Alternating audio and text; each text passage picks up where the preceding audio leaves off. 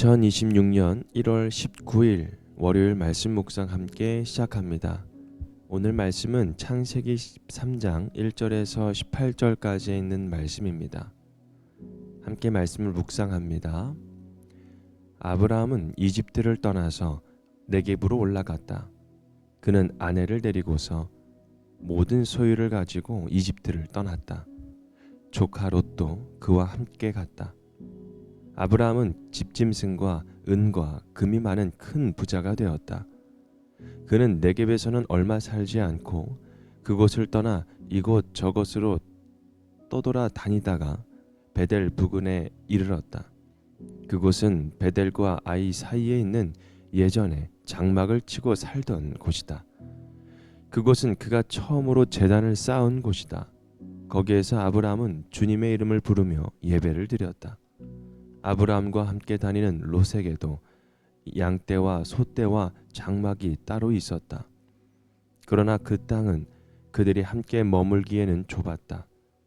그들은 재산이 너무 많아서 그 땅에서 함께 머물 수가 없었다. 아브라함의 집짐승을 치는 목자들과 롯의 집짐승을 치는 목자들 사이에 다툼이 일어나곤 하였다. 그때에 그 땅에는 가나안 사람들과 브리스 사람들도 살고 있었다. 아브라함이 롯에게 말하였다. 너와 나 사이에 그리고 너의 목자들과 나의 목자들 사이에 어떠한 다툼도 있어서는 안 된다. 우리는 한 핏줄이 아니냐. 내가 보는 앞에 땅이 얼마든지 있으니 따로 떨어져 살자. 내가 왼쪽으로 가면 나는 오른쪽으로 가고 내가 오른쪽으로 가면 나는 왼쪽으로 가겠다. 롯이 멀리 바라보니 요단 온 들판이 소 아래 이르기까지 물이 넉넉한 것이 마치 주님의 동산과도 같고 이집트 땅과도 같았다. 아직 주님께서 소돔과 고모라를 멸망시키시기 전이었다. 롯은 요단의 온 들판을 가지기로 하고 동쪽으로 떠났다. 이렇게 해서 두 사람은 따로 떨어져서 살게 되었다. 아브라함은 가나안 땅에서 살고 롯은 평지의 여러 성읍을 돌아다니면서 살다가 소돔 가까이에 이르러서 자리를 잡았다. 소돔 사람들은 악하였으며 주님을 거슬러서 온갖 죄를 짓고 있었다. 롯이 아브라함을 떠나간 뒤에 주님께서 아브라함에게 말씀하셨다. 너 있는 곳에서 눈을 크게 뜨고 북쪽과 남쪽, 동쪽과 서쪽을 보아라.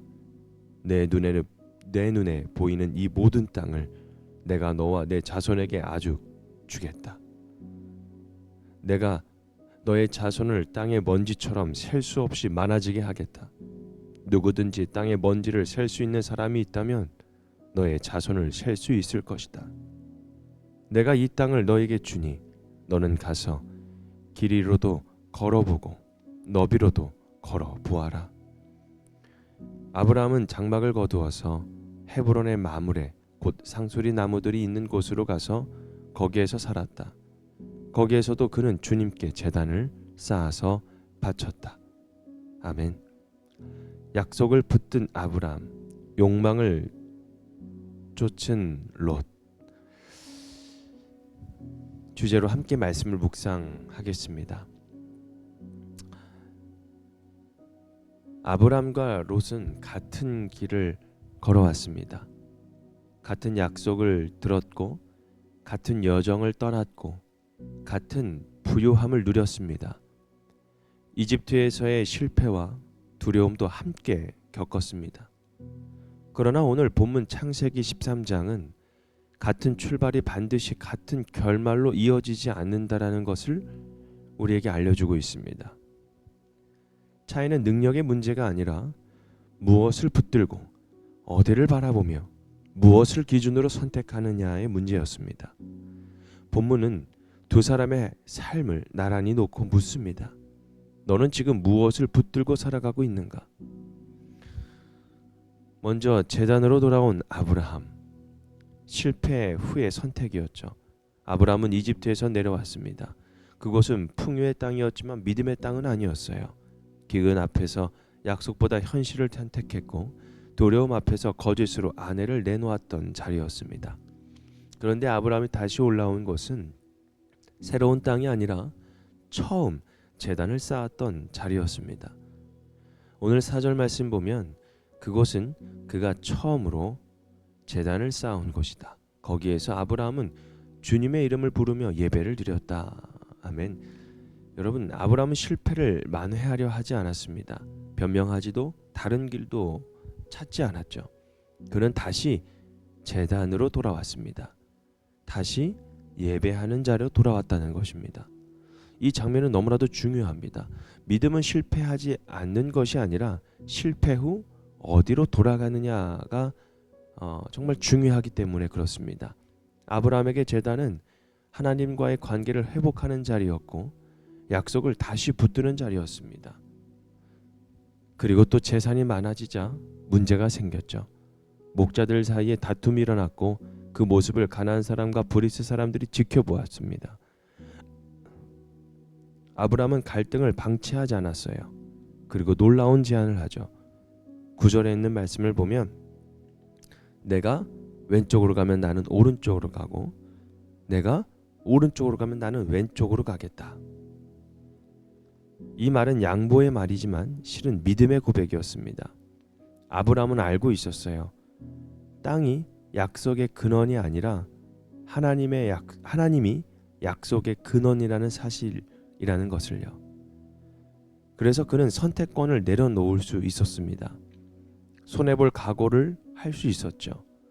관계와 평화를 지키는 쪽을 선택했습니다. 믿음은 늘 유리한 자리를 차지하는 것이 아니라 하나님이 책임지신다는 그 확신 속에서 내려놓는 용기입니다. 롯은 눈을 들어 바라봅니다. 10절 말씀 보면 요단 온 들판이 소알에 이르기까지 물이 넉넉한 것이 마치 주님의 동산 같고 이집트 땅과도 같았다. 여러분, 겉으로 보면 너무나도 합리적인 선택을 한 거였죠. 물도 풍부하고 땅도 기름지고 미래가 보이는 것처럼 느껴졌어요. 그러나 성경은 조용히 덧붙이죠. 아직 주님께서 소돔과 고모라를 멸망시키시기 전이다. 롯은 땅을 보았지만 그 땅의 방향을 보지 못했어요. 환경은 보았지만 영적인 공기는 분별하지 못했어요. 결국 그는 소돔 가까이로 점점 더 가까이 나아가죠. 말씀은 말합니다. 소돔 사람들은 악하였으며. 보기 좋은 선택이 반드시 옳은 선택은 아닙니다. 하나님을 묻지 않는 선택은 시간이 지나면 반드시 우리의 시험의 자리로 데려갑니다. 흥미로운 장면이 있습니다. 롯이 떠난 뒤에야 하나님께서 아브라함에게 말씀하십니다. 14절과 15절에 있는 말씀이죠. 눈을 크게 뜨고 북쪽과 남쪽, 동쪽과 서쪽을 보아라. 내 눈에 보이는 이 모든 땅을 내가 너와 내 자손에게 아주 주겠다. 여러분, 사람의 선택이 정리된 뒤에 하나님의 약속이 더 분명해집니다. 아브라함은 땅을 선택하지 않았지만 하나님께서 땅을 주셨죠. 그리고 마지막 장면에 아브라함은 다시 제단을 쌓습니다. 18절에 있는 말씀을 보면 아브라함은 장막을 거두어서 헤브론 마물에 곧 상수리 나무들이 있는 곳으로 가 거기에 살았습니다. 그리고 거기에서도 어떻게 했습니까?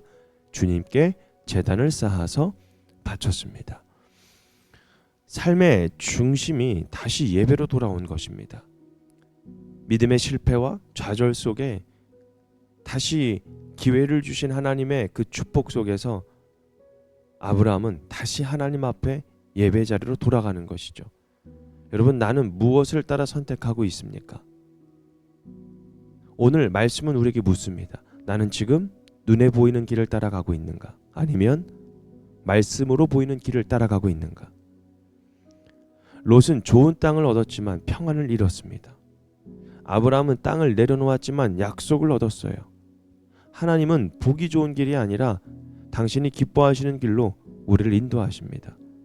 혹시 오늘 삶이 복잡하고 마음이 흔들린다면 새로운 선택보다 먼저 필요한 것은 다시 제단을 쌓는 일, 다시 말씀 앞에 서고 다시 예배 자리로 돌아가고 다시 약속의 말씀을 붙드는 것. 그 자리에서 하나님은 오늘도 우리에게 말씀하십니다. 내가 밟은 그 땅, 너에게 이 땅을 주겠다고.